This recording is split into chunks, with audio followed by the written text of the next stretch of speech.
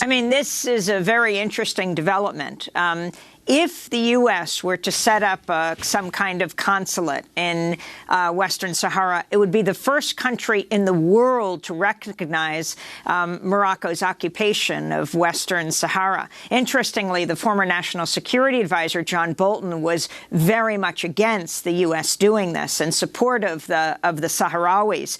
But now that he's out, the idea that that possibly could happen, what is your sense of how real this is, that in exchange for Morocco normalizing relations with Israel, the U.S. would set up a consulate to affirm the occupation of Western Sahara?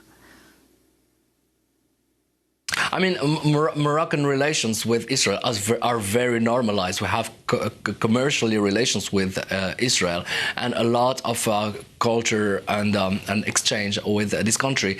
It's just that we don't have diplomatic representations, official diplomatic representations. So Morocco doesn't need to normalize its relations with Israel. Morocco and Israel are, in fact, very, very friends. And this is why Morocco didn't take a very clear position on the Donald Trump's plan. And Morocco uses his friendship with Israel to get more privileges and more more rights in the international level. And it shows up clearly with this Netanyahu proposition to Donald Trump to open a consulate in Laayoune in Western Sahara. So I don't think normalizing with Israel is the point here. The point here is using the friendship between Morocco and Israel to go further on questions like Western Sahara and so on. And I wanted to ask you about Western Sahara. The Sahrawi human rights leader Aminatu Haidar has led a peaceful campaign to resist the Moroccan occupation of Western Sahara, often referred to as Africa's last colony. I had a chance to speak with Aminatu in December in Stockholm, Sweden, when she was honored with a Right Livelihood Award, often called the Alternative Nobel. And I asked her to explain what's happening in occupied Western Sahara. This is what she said. Je dois leur faire connaître la situation. I would want to let them know about the situation of my people, the Sahrawi people. It's a people that is separated, one under Moroccan occupation and the other one in Sahrawi camps. They live in difficult conditions. And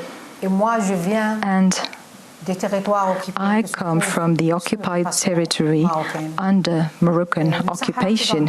Since 1975, it is occupied by the Kingdom of Morocco. This has been a tragedy for us. It has led to a lot of suffering, deprivation of our rights, torture, disappearance, arbitrary detention, the deprivation of our social, economic, cultural, political rights.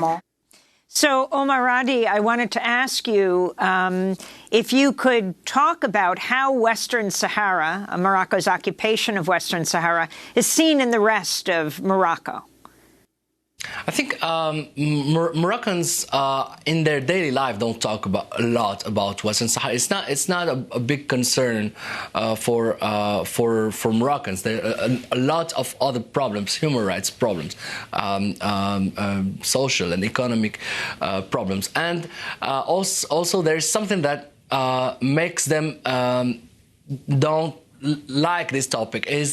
It's ubiquitous. It's always, it's everywhere, and there is a state propaganda about the question of Western Sahara that can't let people have a free debate about what happens.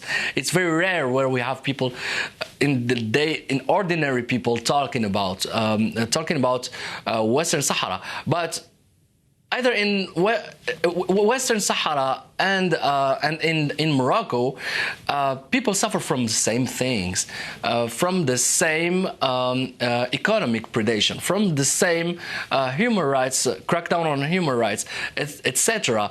And there is a lot of common points between the populations there in Morocco, and this is the first thing that should concern people and the human rights organizations. And organizations point this out because in every report on Morocco and Western Sahara, Human Rights Watch, Moroccan Association of Human Rights, or other associations point out that torture, kidnappings, arrest of people and jailing them are phenomena that happen everywhere, and this is, I think, the real problem here. Even Aminata Haider suffered from this.